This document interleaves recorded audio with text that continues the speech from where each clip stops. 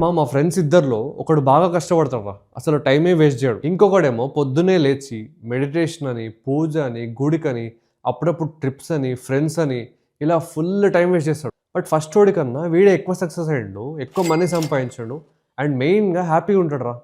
ఎలా? నీకు ఒక స్టోరీ చెప్తా. ఒక ఊరిలో రోజు ఇద్దరు వ్యక్తులు కట్టెలు కొట్టేవారు.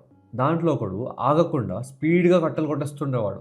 ఇంకొకడేమో మధ్య మధ్యలో ఆగి ప్రశాంతంగా కూర్చునేవాడు. అయితే సాయంత్రం అయ్యేసరికి ఈ రెండో వాడే ఎక్కువ కట్టెలు కొట్టేవాడు. మొదటి వాడు ఆశ్చర్యపోయి అడిగాడు, నేను ఒక్క నిమిషం కూడా కట్టెలు కొట్టడం ఆపలేదు, నువ్వేమో మధ్యలో రెస్ట్ తీసుకుంటున్నావు, అయినా నాకన్నా ఎక్కువ కట్టెలు ఎలా కొట్టగలిగావని. అప్పుడు ఈ రెండో వాడు నవ్వుతూ, నేను రెస్ట్ తీసుకోలేదు, నా గొడ్డలికి పదును పెడుతున్నా అన్నాడు.